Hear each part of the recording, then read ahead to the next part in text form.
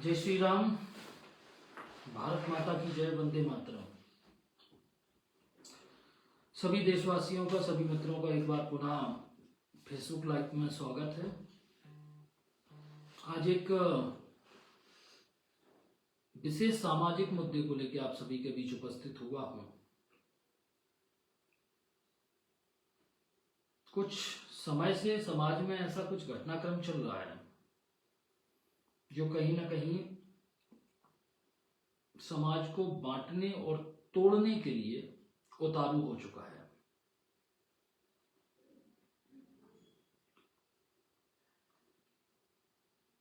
जो ग्वालियर चंबल संभाग से संबंध रखते हैं, मुख्यतः दतिया से जो संबंध रखते हैं, उन्हें यह विषय भलीभांति ज्ञात होगा। कल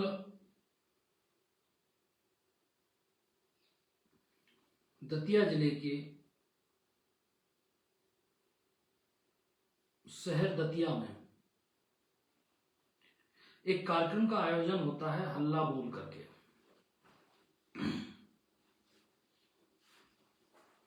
काफी लोग एकत्रित होते हैं।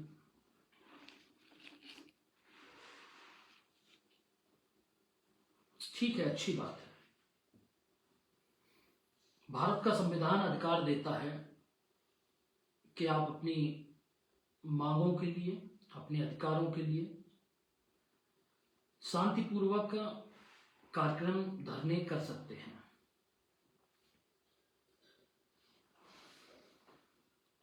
अब इस कार्यक्रम से समस्या क्या होती है, इस कार्यक्रम से दिक्कत क्या है? इस कार्यक्रम से दिक्कत यह है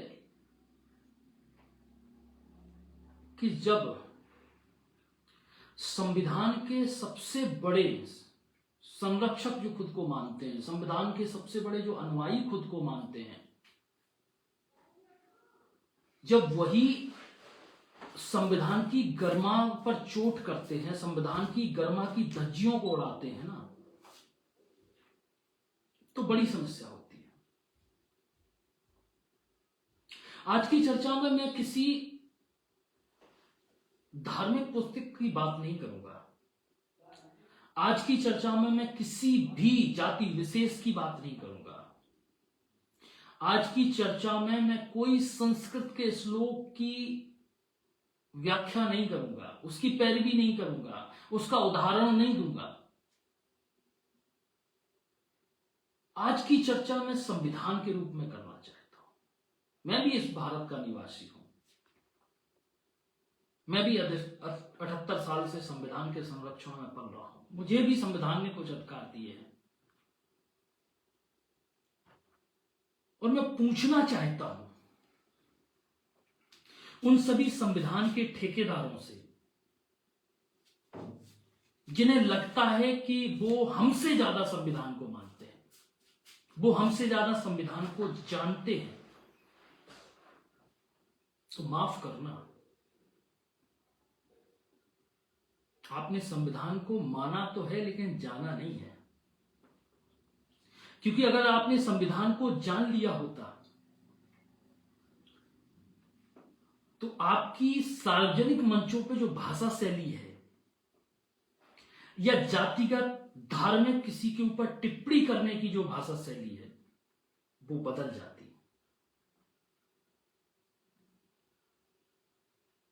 कल के कार्यक्रम के बहुत सारे वीडियो सोशल मीडिया पर पड़े हैं, सुना,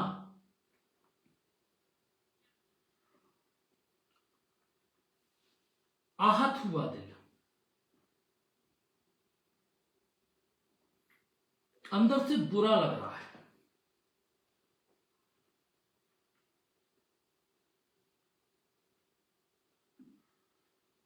कि अपने आप को शोषित और दबा कुचला बताते हुए आज एक समाज या उस समाज के सिरमौर नेता या उस समाज की आड़ में राजनीति करके जो अपना राजनीतिक भविष्य निर्धारित करना चाहते हैं, वो लोग किसी और जाति को, किसी और समाज को, किसी और धर्म को दबाना चाहते हैं।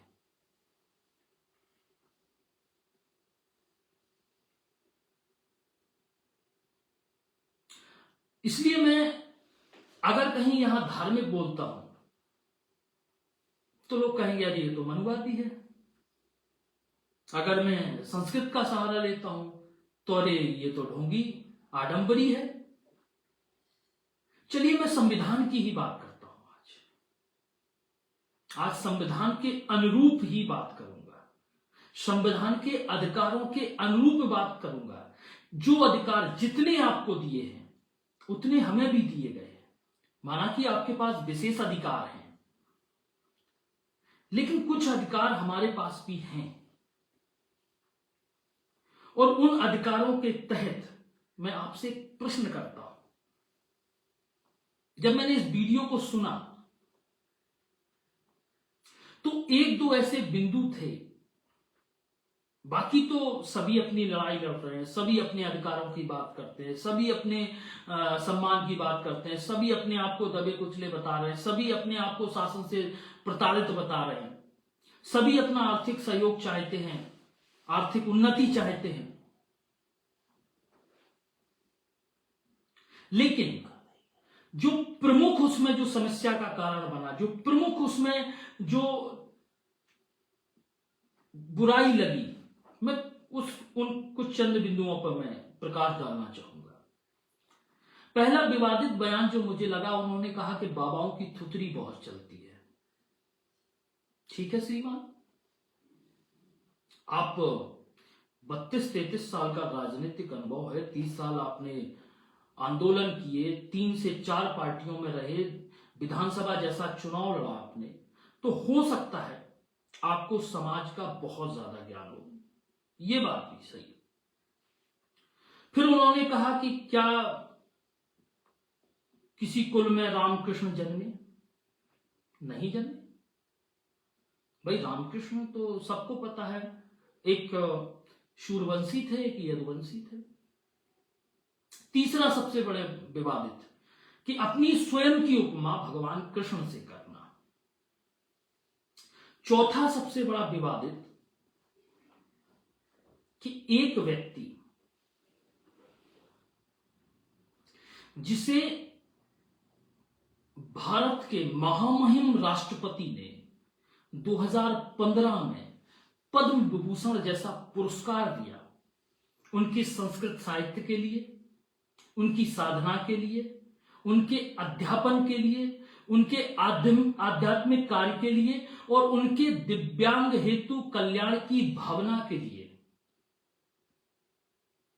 जो सर्वोच्च सम्मान राष्ट्रपति के द्वारा उन्हें प्राप्त हुआ, उनका पूरा जीवन भगवत प्रचार में, कथाओं में, भागवतों में या राम मंदिर जैसे बड़े व्यापक मुद्दे में पूरा जीवन खर्च हो गया। आप ऐसे व्यक्तित्व को अंधा, अकल का अंधा, लाइट डिम या फ्यूज ऐसे शब्दों का इस्तेमाल कर रहे हैं, तो श्रीमान जी आपकी भाषा शैली का कहीं ना कहीं प्रोत्साहन करने का बहुत ज्यादा मन कर रहा है।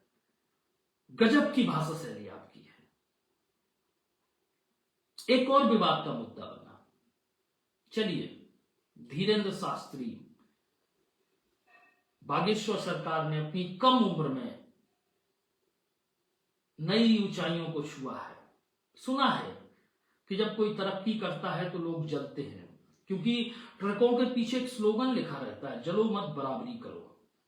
अब चूंकि बराबरी हो नहीं सकती है, संभव ही नहीं है, उतना उद्देश्य ही, लक्ष्य ही निर्धारित नहीं किया कि हम वहां तक जा सकते हैं, और स्वयं के ऊपर इतना कॉन्फिडेंस भी है कि हम वहां जा भी नहीं पाएंगे, तो क्या करें? बुराई कर ले। चलिए, रामभद्राचार्य जी को भी लीजिए। उन्होंने अपने जीवन में एक नए आयाम को लिखा। राम मंदिर के साक्षी रहे, राम मंदिर आंदोलन के साक्षी रहे, उनकी कथाएं, भागवत बहुत बड़ा आश्रम है। एक स्वयं में उनके अनुयायियों की टोली है, उनका पूरा जीवन निकल चुका है। इस धराधाम पे चंद जितना भी समय शेष हो वो राम नाम संकीर्तन के साथ वो समय गुजार लेंगे। लेकिन एक बड़ा जो आहत करने वाला एक जो बात आपने कही पूज्य ददरउआ सरकार के बारे में, ये तो क्षेत्रीय संत हैं। ये ऐसे संत हैं जो वास्तविक संत की परिभाषा को दर्शाते हैं। ये ऐसे अवगढ़ संत हैं कि जिन्होंने ये आकलन ही नहीं कर पाया कि हम क्या हैं। एक अवधूत संत जिसे न सत्ता की हनक न पैसे की हनक, उसके दरबार में कोई पहुंचे सबके लिए सद्भावना रखना, सबकी उज्जवल भविष्य की कामना करना, सबकी बीमारी में अर्जी लगाना, सबके लिए प्रार्थना करना, देश की, प्रदेश की, जिले की, तहसील की, गांव की, सबके मंगल कामनाओं के साथ ऐसे संत के बारे में आपकी टिप्पणी अशोभनीय है।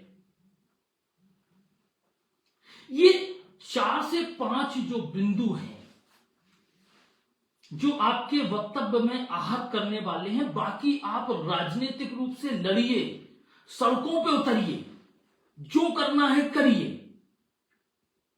लेकिन जो जन कल्याण की भावना रखते हैं, जो विश्व कल्याण की भावना करते हैं, आप उनके बारे में ऐसी सोच रखते हैं, ऐसी मानसिकता रखते हैं, ऐसी भाषा शैली का उपयोग करते हैं और खुद को आप कृष्ण के समान उपमा बताते हैं, आप यदुवंशी कहते हैं।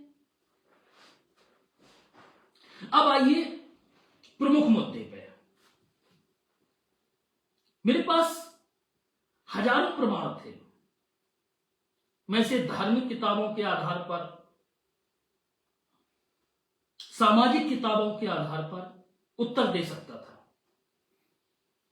लेकिन फिर मनुवादी कहलाता, ढोंगी, आडंबर, पाखंडी कहलाता। तो चलिए, जिस किताब की, जिस ग्रंथ की सबसे ज्यादा भारत में बात की जाती है, सबसे ज्यादा जिसकी वकालत की जाती है, सबसे ज्यादा सिफारिश की जाती है और सबसे ज्यादा मान्यता के दावे दिए जाते हैं, और जो श्रीमान जी ने ये प्रश्नवाचक चिन्ह लगाए वो अपने वक्तव्य में 17 बार बोले हैं। 32 मिनट के वीडियो में 17 बार बोले हैं कि हम संविधान को मानने वाले लोग हैं। तो मैं उन्हीं से कुछ संविधान के तहत प्रश्न करना चाहता हूं कि आपने संविधान को जाना या माना। सर्वप्रथम, संविधान का आर्टिकल 15 किसी को भी जाति के आधार पर, रंग के आधार पर, धर्म के आधार पर, लिंग के आधार पर या शारीरिक विक्षिप्ति के आधार पर टारगेट करने का आपको अधिकार नहीं देता है। आपने जाति को भी टारगेट किया, आपने उनकी ईश्वर से उन्हें जो जैसा भी बनाया, उनकी शारीरिक संरचना पर भी आपने एक प्रश्नवाचक चिन्ह लगाया। तो आप तो संविधान को मानने वाले हैं, फिर आप आर्टिकल 15 का उल्लंघन कैसे कर सकते हैं? अगर आप आर्टिकल 15 का उल्लंघन कर रहे हैं तो सिर्फ संविधान का मानना आपके लिए आडंबर है, फिर आप संविधान को नहीं मानते। दूसरा, आपने यात्रा का विरोध किया। बागेश्वर सरकार द्वारा जो 7 नवंबर से जो यात्रा प्रारंभ की जा रही है, आपने उसका विरोध किया। ठीक है, आप संविधान को मानने वाले हैं, संविधान की पैरवी करते हैं, आप बाबा साहेब अंबेडकर के सिपाही कहते हैं अपने आप को। तो बाबा साहेब अंबेडकर ने अपने ही संविधान में लिखा है, आपको कोई आपत्ति थी अगर उनकी यात्रा से तो आप कोर्ट चले जाते, लेकिन सामूहिक मंचों पे ऐसी भाषा शैली का उपयोग करना। और वैसे बाबा साहेब अंबेडकर का संविधान ही आर्टिकल 25 में अपने धर्म को मानने, अपने धर्म के प्रचार प्रसार करने, अपने धार्मिक कर्म के अभ्यास को करने की पूर्णतः स्वतंत्रता प्रदान करता है। शांतिपूर्वक कोई भी, किसी भी धर्म का व्यक्ति, भारत अगर धर्म निरपेक्ष है तो पूरे भारतवर्ष में कोई भी व्यक्ति, किसी भी प्रकार का व्यक्ति अपने धर्म को बढ़ाने, प्रचार करने, उसका अभ्यास करने के लिए पूर्ण रूप से स्वतंत्र है। और आप उस यात्रा पर, पहले तो आपको, अगर आप आप संवैधानिक हैं, अगर संविधान को मानते हैं, तो आपको उस यात्रा पर प्रश्नवाचक चिन्ह ही नहीं लगाना चाहिए था। हाँ, अगर वो यात्रा, आपने जो कहा कि सामाजिक द्वेष, सामाजिक द्वेष श्रीमान किसे कहते हैं पता है? आपने अपने भाषण में ओबीसी की सारी जातियां गिना दी, आपने अपने भाषण में एससी की सारी जातियां गिना दी, आपने अपने भाषण में एसटी की सारी जातियां गिना दी, ये वो, इसका ये कार, इसका वो कार, इसका वो कार, ये वो करे, ये वो करे, और लास्ट में आप किस उन्माद पे पहुंचे हैं कि अगर नहीं जागे तो क्या होगा? लट्ठ को तेल पिलाओ, तेल पिलाया हुआ लट्ठ निकालो। तो क्या आप इन लोगों को भड़का के, इन लोगों को अपना राजनीतिक ये शरबत पिला के अपनी राजनीतिक सीट हासिल करने के चक्कर में इन्हें एक गृह युद्ध में झोंकना चाहते हैं? और फिर अपने आप को आप संवैधानिक कहते हैं? क्योंकि संवैधानिक व्यक्ति कभी भी देश के लॉ एंड ऑर्डर, देश के कानूनी दंड संहिता और देश के संविधान के बाहर नहीं जा सकता। अगर आप संवैधानिक होते तो ना तो आर्टिकल 15 का उल्लंघन करते, ना आर्टिकल 25 का उल्लंघन करते, ना आर्टिकल 26 का उल्लंघन करते। तीसरी सबसे बड़ी बात, तीसरा जो आपने कहा कि ब्राह्मणों के कुल में क्या कोई जन्मा? नहीं जन्मा, मैं मानता हूं, नहीं जन्मा। और जो जन्मा, उसने हमेशा जाति से ज्यादा कर्म को प्रधानता दी, उसने सबसे ज्यादा आवरण से ज्यादा आचरण को प्रधानता दी। और माफ करना महोदय, पूरे भारत देश में मैं अपने पूरे जीवन काल में यह सुनते आया हूं कि ब्राह्मणों ने जातियां बांटी। तो प्रभु, अगर ब्राह्मण जातिगत होता ना तो पूजा रावण की करता, राम की नहीं करता। अगर ब्राह्मण जातिगत होता तो अगस्त अंगिरा पुलस्त को अपना आइडल मानता, रैदास और सूरदास को अपना आइडल नहीं मानता, उनको पढ़ता सुनता नहीं। ब्राह्मण को जातिगत कहने वालों, ये सुन लो। और जो एससी एसटी ओबीसी की बात करते हो कि ये वही ब्राह्मण है जो सबरी के चरित्र को भी सुनाता है, जो केवट की भक्ति को भी सुनाता है, जो गुहराज निषाद की भक्ति को भी सुनाता है, जो जटायु की भक्ति को भी सुनाता है, ये वही ब्राह्मण है। तो ब्राह्मणों के वंश में कोई महापुरुष जन्मे न जन्मे हो, लेकिन जो महापुरुष है उसको महापुरुष ब्राह्मणों ने स्वीकार किया। सिर्फ जातिगत नहीं कि हम यदुवंशी हैं तो हमारे सिर्फ कृष्ण हैं, हम राम को नहीं मानेंगे। हम रघुवंशी हैं तो हमारे सिर्फ राम हैं, हम कृष्ण को नहीं मानेंगे। ये आप निर्धारित करते हो, ये ब्राह्मणों के द्वारा कभी निर्धारित नहीं किया गया। तीसरी सबसे बड़ी बात, आपने अपनी स्वयं की तुलना कृष्ण से कर डाली।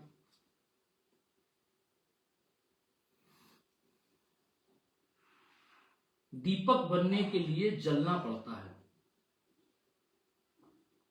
पर्वत बनने के लिए गढ़ना पड़ता है, नदियां बनने के लिए बहना पड़ता है, फलदार वृक्ष बनने के लिए पत्थर खाने पड़ते हैं। महोदय, आप दुनिया को तो बता रहे हो कि आप कृष्ण को जानते नहीं हो, मानते नहीं हो। मैं आपसे पूछना चाहता हूं, पूरे कृष्ण ने अपने जीवन काल में, कृष्ण भगवान ने अपने जीवन काल में ऐसे जिन्होंने अपना गुरु भी एक ब्राह्मण को बनाया, जिनका नामकरण संस्कार भी एक ब्राह्मण ने किया, जिनका उपनयन संस्कार भी एक ब्राह्मण ने किया, और जिनका शिक्षा दीक्षा भी एक ब्राह्मण के द्वारा हुई, उन परमात्मा जगदीश्वर कृष्ण ने पूरे जीवन भर ब्राह्मणों का सम्मान किया। जिस सुदामा की आप बात कर रहे हैं ना, उसी सुदामा के लिए पानी परात को हाथ छुओ नहीं, नैनन के जलसों पग धोए। थोड़ा पढ़ लीजिएगा। राजनीतिक मंचों पे वाहवाही कराना आसान है, लेकिन सामाजिक धरातल पर, आत्मीय धरातल पर अपनी छाती पर हाथ रख के बोलिएगा कि जो आप दतिया में बोल के आए वो सत्य है, और जो आप कर रहे हैं धर्म के लिए, जो विघटन पैदा कर रहे हैं समाज में, वो सही है। अरे धर्म ग्रंथों को छोड़ दीजिए, सनातन को छोड़ दीजिए, बाबा साहेब अंबेडकर को ही अपना भगवान समझ लीजिए, संविधान को ही अपना सबसे बड़ा धर्म ग्रंथ समझ लीजिए, उसकी ही मान लीजिए, उसका उल्लंघन मत करिए। ना आर्टिकल 15 का उल्लंघन करिए, ना आर्टिकल 25 का उल्लंघन करिए, ना आर्टिकल 26 का उल्लंघन करिए। ना किसी को जातिगत, किसी को रंग रूप के आधार पर, किसी को भेदभाव के आधार पर गालियां दीजिए।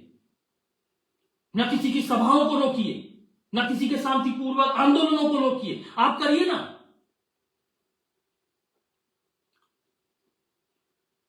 और ज्यादा अगर आप संविधान की पैरवी करते हैं तो कहां गया था आपका जमीर, कहां गया था आपका संविधान? 20 मार्च 2018 में सुप्रीम कोर्ट ने एक आदेश दिया था कि बिना जांच के SC/ST एक्ट पर कोई कार्रवाई ना हो। यह वही सुप्रीम कोर्ट है जो भारत के संविधान के अनुरूप चलता है। यह वही सुप्रीम कोर्ट है जहां संविधान ही सबसे बड़ी पुस्तक होती है। यह वही सुप्रीम कोर्ट है जहां संविधान को गीता से ऊपर माना जाता है। और क्या किया आपके संवैधानिक व्यक्तियों ने? 2 अप्रैल 2018 को ग्वालियर बंद का आयोजन कराया गया। लाखों की भीड़ इकट्ठा हुई, यहां उपद्रव किया गया, आगजनी हुई, प्रशासनिक वाहनों को जलाया गया, सरकारी संपत्ति को तहस नहस किया गया। और जिस ओबीसी की बात कर रहे हैं आप अपने मंच पर, गिना रहे उंगलियों पे, ये उसी ओबीसी समाज से भिंड के महावीर रावत को घर से खींच के गोली मारी गई। तब कहां गया था आपका संविधान? उसी में मुरैना के राहुल पाठक, उनकी भी मृत्यु हुई। तब कहां गया था आपका संविधान? क्यों नहीं किया आपने पैरवी ओबीसी की? क्यों नहीं रोका SC/ST एक्ट वालों को कि आप तो संवैधानिक लोग हैं, संविधान पर भरोसा करते हैं, अपन लॉ एंड ऑर्डर पर भरोसा करेंगे, कानूनी रूप से कोर्ट में जाएंगे, सुप्रीम कोर्ट की इस याचिका को लेके पुनर्याचिका दाखिल करेंगे। आपके पास अधिकार था, आप कोर्ट जा सकते थे, क्यों नहीं गया? फिर डंडे हाथ में क्यों ले लिए? फिर आप शांति प्रिय से विद्रोही कैसे हो गए? और एक और बड़ी बात, आपने रामभद्राचार्य जी पर आरोप लगाया कि उन्होंने कहा था कि मरे मुलायम काशी राम। जोर से बोलो जय श्री राम। जैसा गुरु वैसा चेला। ठीक, क्यों कहा था उन्होंने? ये विचार किया? कार सेवकों पे गोलियां चली, उसमें किसी ने पूछा कि जनरल का व्यक्ति मरा, ओबीसी मरा, SC मरा, ST मरा? क्योंकि उसमें तो राम मंदिर आंदोलन में सम्मिलित होने वाले हर जाति, हर वर्ग, हर समाज का व्यक्ति था।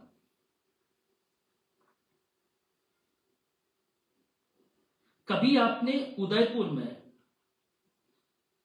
जो सरतन से जुदा वाली घटना हुई, कन्हैयालाल साहू की मृत्यु पर, वो भी ओबीसी समाज से आता था, कभी खेद जताया आपने? आप संविधानिक व्यक्ति हैं, आपको संविधान के अनुरूप खेद जताना चाहिए। आप ओबीसी के हितैषी हैं, आप SC/ST के हितैषी हैं। और सबसे बड़ी बात, मुजफ्फरनगर बदायूं में एक 14 और 15 साल की नाबालिग दलित बेटियों का रेप किया गया, उसके बाद उनकी हत्या की गई। और यही दलित और पिछड़ों के बड़े नेता ये कहते हैं कि बच्चे हैं, बच्चों से गलतियां हो जाती हैं। तब आपका ये संवैधानिक चेहरा कहां चला गया था?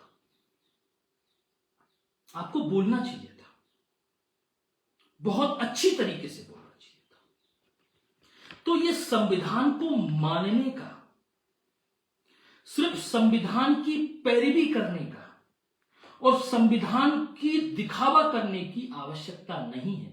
अगर आप संविधान को मानते हैं ना वास्तविकता में, तो संवैधानिक व्यक्ति बनिए, संविधान के आधार पर चलिए, क्योंकि संविधान जितना अधिकार आपको देता है इस देश में जीने का, अपने धर्म के लिए, अपनी जाति के लिए, अपने वर्ग के लिए लड़ने का, उतना ही अधिकार दूसरों को भी प्रदत्त है। क्योंकि यहां जाति के आधार पर, लिंग के आधार पर, धर्म के आधार पर कोई भेदभाव है ही नहीं संविधान में। और अगर कर रहे हैं आप, तो माफ करना, आप संविधान का मजाक बना रहे हैं, आप संविधान को नहीं मान रहे। एक और बड़ी बात, उसी संविधान में एक निजता का अधिकार है,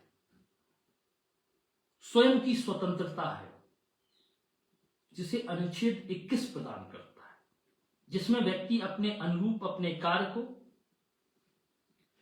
चुन सकता है। वो क्या करना चाहता है, वो कथावाचक बनेगा, वो सरकारी नौकरी करेगा, वो व्यापार करेगा, वो उसकी स्वतंत्रता है जो उसे संविधान अधिकार देता है। अब किसी पर टिप्पणी करना कि आप इतना पैसा कहां से आया, तो आप पूछिएगा, 300 रुपए की दिहाड़ी करने वाला व्यक्ति जब एक नेता बनता है, उसके पास 300 करोड़ की संपत्ति होती है, तो उसने कौन सी खंती डाली है, कौन सा उसने ट्रैक्टर चलाया किसी के खेत में, कौन सी मजदूरी की उसने, कौन सा व्यापार खड़ा किया। कई पार्टियां 2-2, 4-4 लाख करोड़ के जो आसामी हैं, कहां से लाए वो पैसा। कई अधिकारी जो 15 से 17 हजार की जॉब करते हैं, रोज मीडिया में छपता है कि 15 से 17 हजार की नौकरी करने वाला क्लर्क, उसके घर में छापा पड़ा तो 65 करोड़ निकले। कहां से आता है ये पैसा? क्या सिर्फ मंदिरों के, संतों के, ब्राह्मणों के, या जो जीवन में सच्चाई के साथ, अच्छाई के साथ, लोगों की अच्छी सोच के साथ जी रहा है, सिर्फ वही प्रश्नवाचक चिन्ह पर रहते हैं? अरे आपको सामाजिक बात करनी चाहिए, जोड़िएगा SC ST समाज को, प्रश्नवाचक चिन्ह उठाइएगा उन पर कि जो नशे की गिरफ्त में आज भी युवा है, उनको रिलीफ कैसे किया जाए। उठाइएगा प्रश्नवाचक चिन्ह, आप SC ST हितैषी है कि गांवों के, छोटे छोटे गांवों के छोटे छोटे जो SC ST वर्ग के लोग हैं, जिन तक आवास नहीं पहुंचा है, जिन तक लैट्रिन की सुविधा नहीं पहुंची है, जो आज भी संघर्ष कर रहे हैं, उनके लिए संघर्ष करिए, उठाइए उनकी आवाज कि उन्हें आवास नहीं मिला, वो आज भी कच्चे में बैठे हैं, जबकि 78 साल से आरक्षण लागू है। उठाइए आवाज SC ST लोगों के लिए कि बड़े बड़े स्तर के लोग आरक्षण का लाभ ले रहे हैं, वो जिनके पास खाने के लिए नहीं है, उनके घर पे एक नौकरी नहीं है। क्यों? क्योंकि आप जैसे नेताओं का वो सिर्फ वोट बैंक है, आप उनके हितैषी नहीं है।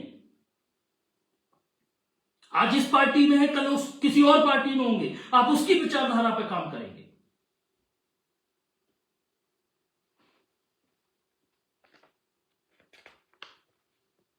अब चलिए लौट के आइए, एक और बड़ा प्रश्न। आपने अपने भाषण में 5 से 6 बिंदुओं में बागेश्वर सरकार पर FIR कराने की कारण स्पष्ट किया है कि किन किन बिंदुओं पर उन पर FIR हो सकती है।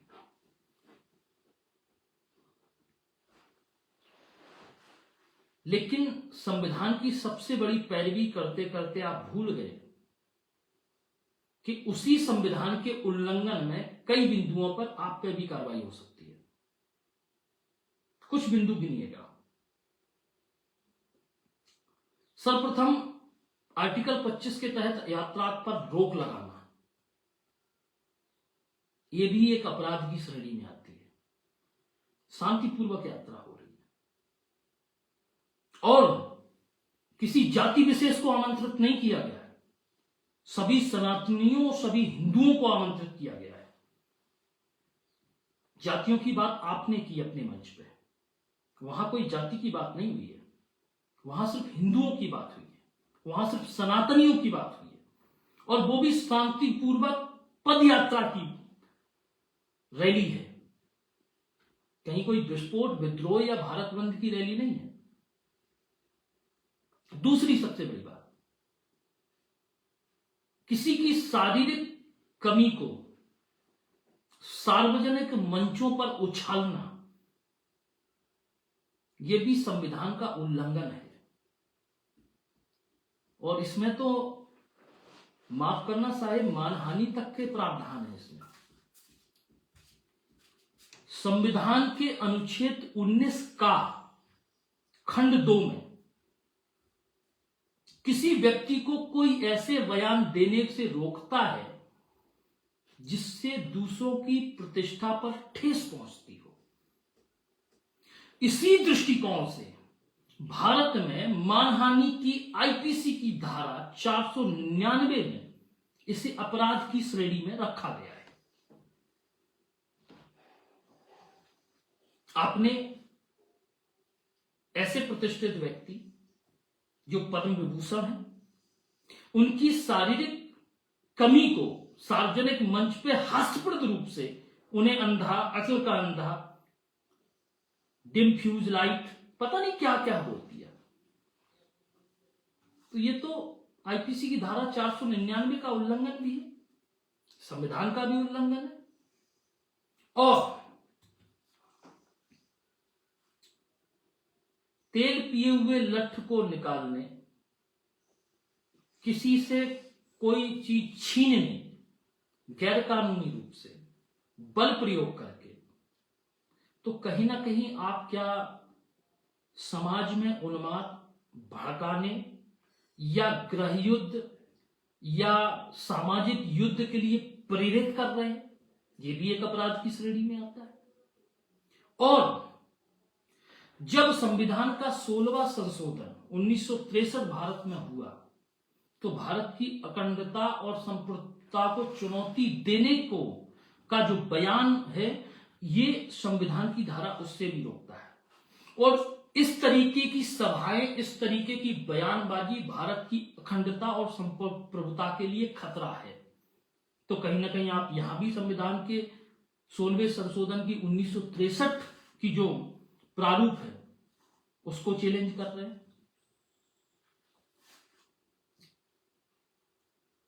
अनुच्छेद 21 में व्यक्तिगत स्वतंत्रता एवं जीवन शैली का जो अधिकार दिया गया है, आप उसको भी आड़े हाथों ले रहे हैं।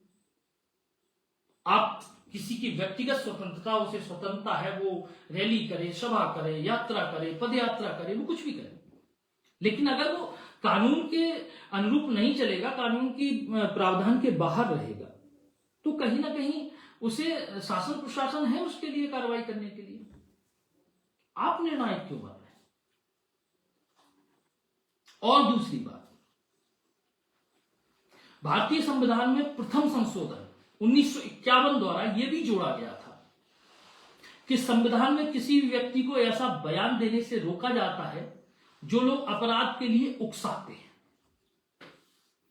तो ये लठ निकालना, तेल पिया हुआ लठ का ये वाक्यांश देना या छीनने की बात करना, ये कहीं ना कहीं आप समाज को उकसाने की बात कर रहे हैं। तो महोदय, एक निवेदन है। अटल जी ने कहा था, सत्ता आएगी जाएगी, आज जो आपका है कल किसी और का होगा, परसों उस पर कोई और विराजमान होगा। तो सत्ता के प्रलोभन में इतने भी अंधे ना हो जाएं कि आप किसी को दबा कुचला मानते मानते मानते मानते किसी और को कुचल रहे। ये तो वही बात हो गई ना। कि जिसको आज तक कोसते रहे, कार आपके भी उसी हिसाब के हैं, विचारणीय है। इसलिए आज कोई भी धर्म ग्रंथ का सहारा ना लेते हुए सिर्फ संवैधानिक रूप से संविधान की चर्चा की। अगर इसमें कुछ गलत हुआ हो, कोई फैक्ट गलत रहा हो, हमारे द्वारा कुछ कम जानकारी, हो सकता है परिपूर्ण नहीं है, जितना हो सकता है पढ़ने का प्रयास करते हैं। और हमारा काम समाज को एक दिशा देने का, अपने विचार रखने का है। तो अगर श्रीमान जी इस वीडियो का अवलोकन करें तो जो उचित ना लगे उस पर प्रश्नवाचक चिन्ह जरूर लगाएं। बाकी ये जो समाज इस वीडियो को देख रहा है,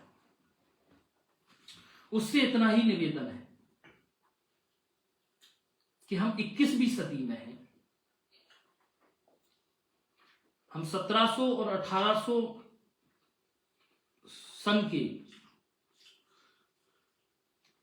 दकियानूसी जो विचार हैं उनको त्याग कर आज की प्रमुख विचारधारा में जुड़ने का प्रयास करें।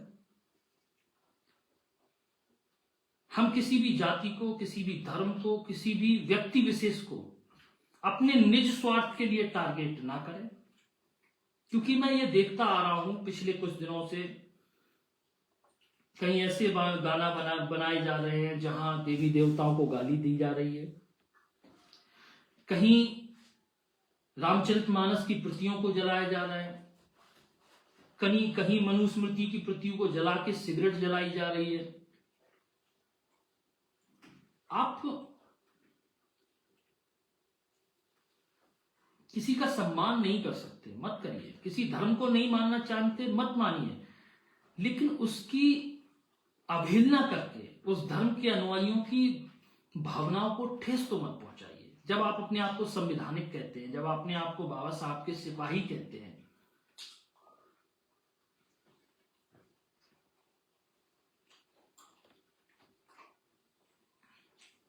और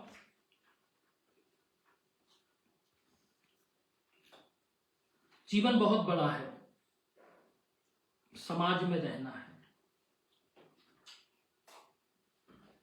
ये सब करके चंद नेता राज्यसभा, लोकसभा, विधानसभा की सीटें पा जाते हैं, अपना जीवन सुरक्षित कर लेते हैं, लेकिन उनकी वजह से लाखों लोगों की मानसिकता का ब्रेन वॉश हो जाता है, फिर वो समाज में स्थिर नहीं रह पाते हैं। तो अपने विवेक का इस्तेमाल करके, अपनी निजी सोच का इस्तेमाल करके, हर बोली हुई बात को समानांतर में तोल के क्या सही है क्या गलत है, फिर उस पर प्रतिक्रिया करें।